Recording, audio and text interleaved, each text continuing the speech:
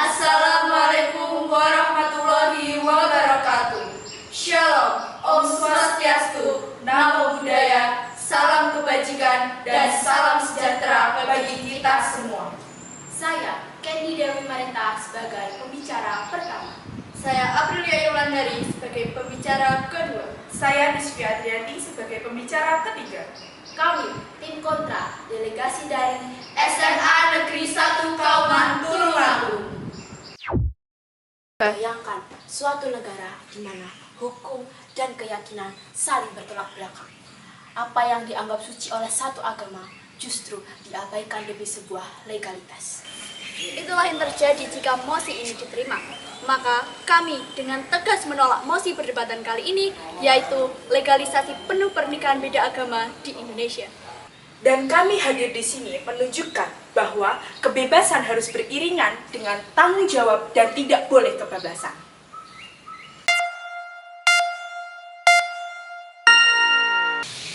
Assalamualaikum warahmatullahi wabarakatuh. Saya pembicara satu dari tim kontra menolak dengan tegas mosi kita kali ini. Mosi kita kali ini yaitu legalisasi penuh pernikahan beda agama di Indonesia. Mosi yang luar biasa ini memang mengangkat isu penting. Namun, kami dari tim kontra menegaskan bahwa mosi ini belum tepat untuk diterapkan di Indonesia. Dewan juri yang kami hormati, sebelum memaparkan argumen-argumen yang kami miliki, izinkan saya sebagai pembicara satu untuk menjelaskan definisi mosi kita kali ini. Legalisasi adalah proses menjadikan sesuatu yang sebelumnya tidak diakui atau dilarang oleh hukum menjadi sah dan diakui secara hukum oleh negara. Dalam konteks mosi ini, legalisasi berarti negara memberikan pengakuan hukum resmi terhadap praktik pernikahan beda agama, termasuk pencatatan administratif dan perlindungan hukum bagi pasangan yang menikah lintas agama. Lalu, pernikahan. Pernikahan adalah ikatan lahir batin antara dua orang, pria dan wanita sebagai suami istri yang dibentuk berdasarkan kesepakatan bersama untuk membentuk keluarga yang diakui secara agama dan juga secara hukum. Artinya, mosi kita kali ini legalisasi penuh pernikahan beda agama di Indonesia berarti negara secara resmi mengakui dan memberikan dasar hukum bagi pernikahan antara dua individu yang menganut agama yang berbeda tanpa syarat salah satu harus berpindah agama dan tanpa melalui jalur hukum alternatif seperti menikah di luar negeri. Dewan juri yang sangat saya hormati, sudah kita ketahui bahwasannya Indonesia dikenal sebagai negara hukum serta negara yang menjunjung tinggi nilai-nilai agama. Namun dalam praktiknya, hukum pernikahan di Indonesia sangat bergantung pada aturan agama masing-masing. Maka dari itu, kami dari tim kontra sangat menolak legalisasi penuh pernikahan beda agama. Hal ini diperkuat dengan munculnya Surat Edaran Nomor 2 Tahun 2023 oleh Ketua Mahkamah Agung dan pada ketentuan 2 yang berbunyi pengadilan tidak mengabulkan permohonan pencatatan perkawinan antar umat yang berbeda agama dan berbeda kepercayaan. Melihat situasi ini, sebagian besar masyarakat mendorong supaya negara melegalkan penuh pernikahan beda agama.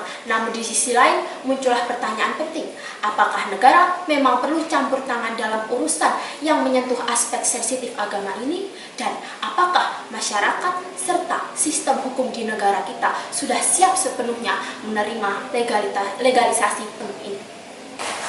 Ada beberapa faktor mengapa legalisasi penuh ini belum tepat untuk diterapkan di Indonesia. Yang pertama, sistem hukum dan masyarakat Indonesia belum siap sepenuhnya karena pencatatan pernikahan sangat berkaitan dengan aturan agama. Maka, jika pernikahan beda agama dilegalkan tanpa pembaruan hukum menyeluruh, bisa terjadi benturan aturan negara dan ajaran agama. Hal tersebut bisa membingungkan masyarakat dan menimbulkan dua aturan yang saling bertentangan. Yang kedua, untuk melindungi fondasi nilai dan identitas nasional. Indonesia berdiri di atas nilai-nilai religius yang kuat. Legalisasi penuh pernikahan beda agama berpotensi menggeser batas-batas nilai tersebut secara drastis. Dewan juri yang kami hormati, kami tim kontra hadir hadir untuk menjaga supaya perubahan hukum tetap selaras dengan nilai dasar bangsa yang sudah mengakar. Yang ketiga, potensi penolakan dari masyarakat dan juga tokoh agama sangatlah besar. Hal ini bisa menimbulkan konflik, memperkeruh hubungan antar umat beragama, dan juga merusak kerukunan yang sudah ada sebelumnya. Karena itu, legalisasi ini bukan soal hanya tentang hukum, namun juga menyentuh hal-hal yang sangat sensitif dalam kehidupan sosial dan keagamaan. Dengan kata lain, alih-alih melindungi pasangan beda agama, legalisasi penuh justru berpotensi mendorong lebih banyak pasangan untuk menikah tanpa pencatatan sah karena sistem hukum dan sosial belum siap menerima perbedaan kepercayaan itu di dalam satu lembaga pernikahan.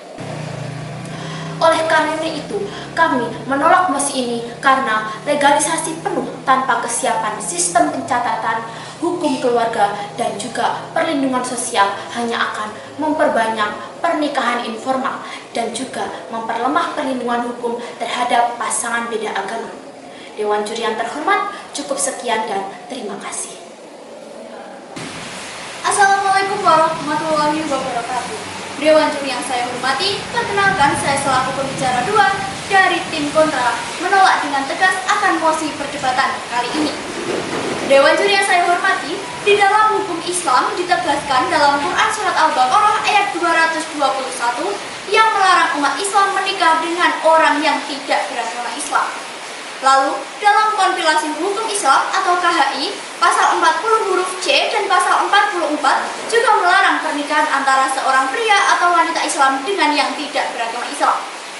Fatwa Majelis Ulama Indonesia atau MUI nomor 4 tahun 2005 juga menyatakan bahwa pernikahan beda agama adalah haram dan tidak sah. Hal ini diperkuat dengan munculnya Surat Edaran Mahkamah Agung atau SEMA nomor 2 tahun 2023 yang memberikan petunjuk kepada hakim untuk tidak mengabulkan permohonan pencatatan pernikahan beda agama di Indonesia. Dari sini menunjukkan Dewan Juri yang terhormat bahwa dari sudut pandang hukum, pernikahan beda agama tidak diakui secara legal.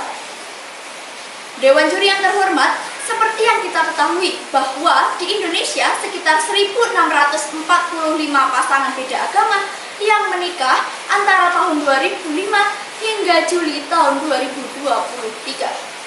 Dari kasus ini, Dewan Juri yang saya hormati, bukan berarti pernikahan beda agama harus dilegalkan. Akan tetapi sebaliknya, hal ini menunjukkan perlunya penegakan hukum yang lebih ketat untuk mencegah pernikahan beda agama yang tidak sesuai dengan hukum dan norma agama di Indonesia.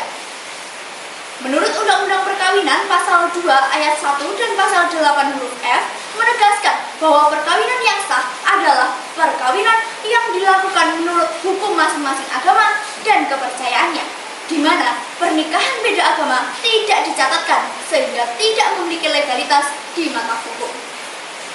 Dewan Juri yang saya hormati, menurut Dirjen Dukcapil Kemendagri, Profesor Zudan Arif Fakrullah menjelaskan pernikahan beda agama tidak diakui negara alias tidak bisa dicatatkan di Dukcapil.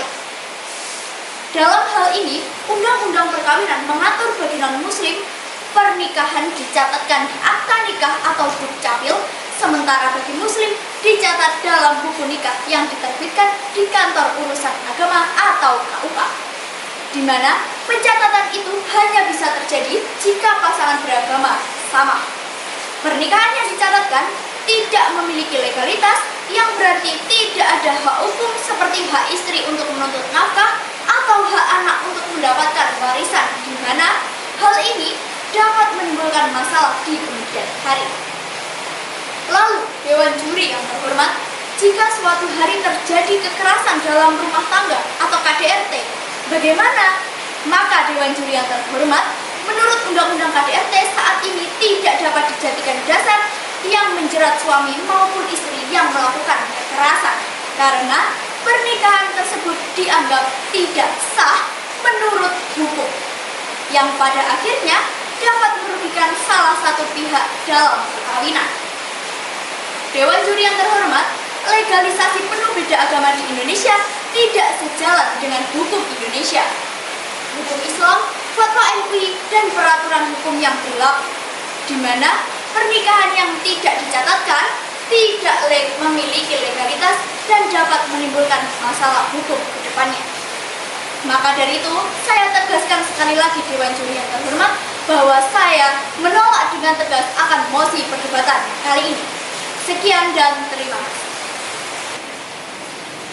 Pernikahan beda agama di Indonesia tidak diakui secara hukum, sehingga memiliki dampak yang signifikan terhadap status hukum pasangan dan juga keturunannya. Pemerintah bertanggung jawab untuk mengelola kasus yang timbul dari pernikahan beda agama, termasuk pencatatan sipil, hak asuh anak, dan hak waris. Perlu adanya solusi yang komprehensif untuk menangani pernikahan beda agama di Indonesia, termasuk revisi undang-undang dan regulasi terkait. Kini hal tersebut juga memiliki dampak bagi pemerintah. Yang pertama, pencatatan perkawinan. Pemerintah melalui instansi terkait seperti kantor catatan sipil tidak dapat mencatatkan pernikahan beda agama karena tidak memenuhi persyaratan hukum. Hal ini menciptakan ketidakpastian hukum bagi pasangan dan keturunan mereka. Yang kedua, status hukum anak. Anak dari pernikahan beda agama secara hukum dianggap sebagai anak di luar nikah yang dapat menimbulkan masalah dalam hal hak asuh anak. Yang ketiga, hak waris. Sesuai dengan kompilasi hukum Islam yang biasa kita sebut sebagai KHI, anak dari pernikahan beda agama tidak memiliki hak waris terhadap orang tua yang berbeda agama. 4. Hak asuh anak.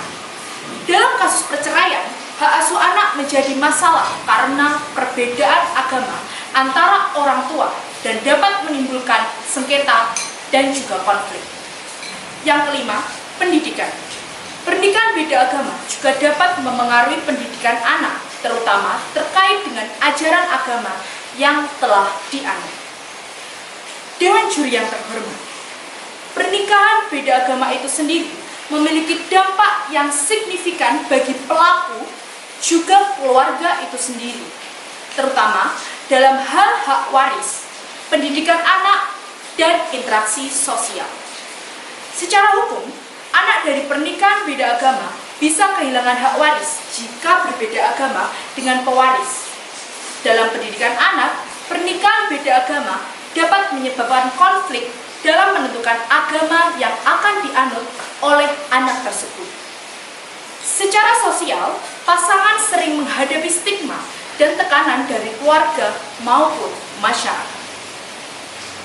Solusi untuk menghindari pernikahan beda agama yaitu dengan memastikan kedua belah pihak memiliki pemahaman dan juga keyakinan yang sama mengenai agama yang dianut oleh pasangan masing-masing. Poin penting yang perlu diperhatikan. Yang pertama, melakukan komunikasi terbuka. Pasangan perlu melakukan percakapan yang jujur dan terbuka tentang pemahaman agama masing-masing nilai yang dianut. 2. Konsultasi dengan tokoh beragama. Pasangan perlu berkonsultasi dengan tokoh agama yang mereka percayai untuk mendapatkan nasihat tentang hukum maupun larangan menikah beda agama. Kini juga terdapat mekanisme pencegahan pernikahan beda agama. Yang pertama, pendidikan agama yang kuat. Seorang pasangan berbeda agama harus mendapatkan pendidikan agama yang kuat, baik di sekolah, lembaga keagamaan, maupun sehingga pendidikan agama yang komprehensif mengajarkan tentang larangan menikah beda agama. Pendidikan ini juga membantu individu memahami konsekuensi dan dampak dari pernikahan beda agama, baik dari segi agama maupun juga sosial. Yang kedua, peraturan dan regulasi hukum. Undang-undang perkawinan dan KHI mengatur pernikahan termasuk perkawinan dan KHI mengatur pernikahan beda agama termasuk larangan. Berdasarkan penjelasan di atas perkawinan yang dilakukan di wilayah hukum, Indonesia harus dilakukan dengan satu jalur agama, Artinya, perkawinan beda agama tidak diperbolehkan untuk dilaksanakan, dan jika tetap dipaksakan untuk melangsungkan pernikahan beda agama, berarti pernikahan itu tidak sah dan melanggar undang-undang. Sekian, terima kasih.